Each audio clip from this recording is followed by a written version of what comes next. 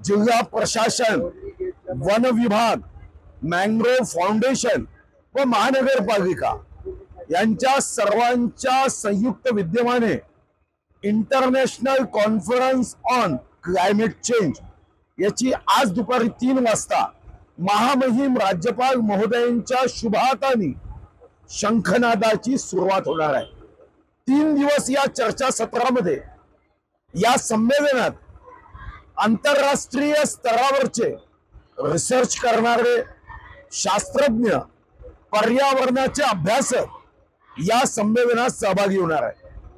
अमेरिकेसारख्या देशातील विद्यार्थीही या संमेलनात सहभागी होऊन 3 दिवस पर्यावरणाच्या संदर्भामध्ये असणारी गंभीरता व या गंभीरतेवर असणारी उपाययोजना, विविध वर्तमानपत्रातून जेव्हा आपण बातम्या वाचतो की पर्यावरणाच्या दुष्परिणामांनी, विपरीत परिणामांनी अनेकांचे मृत्यू ओढवले आहेत। हजारो लोकांना त्यांची कोणतीही चूक नसताना कॅन्सरचा आजार त्यांच्या दुर्दैवाने वाट्याला येतोय।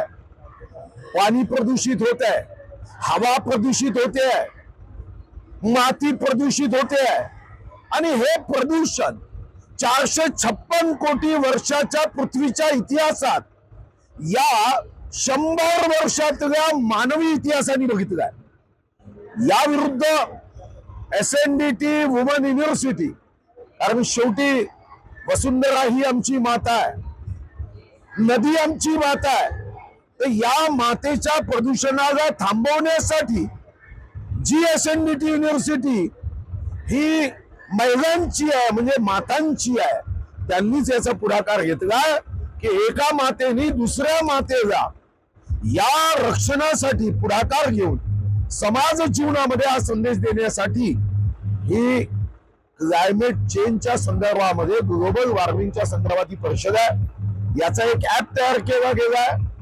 हजारो महाराष्ट्राच्या पर्यावरण प्रेमींना एकत्र करून ही लढाई ही अंतिम टप्प्यापर्यंत नेण्याचा आमचा प्रयत्न आहे।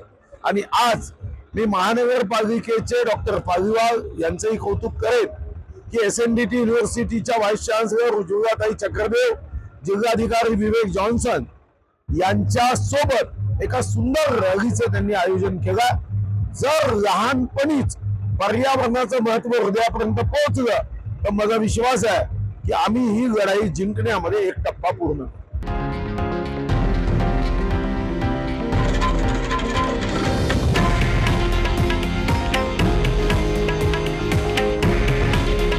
हे आहे देशातील नंबर 1 न्यूज नेटवर्क आणि आपण पाहत आहात TV9 मराठी।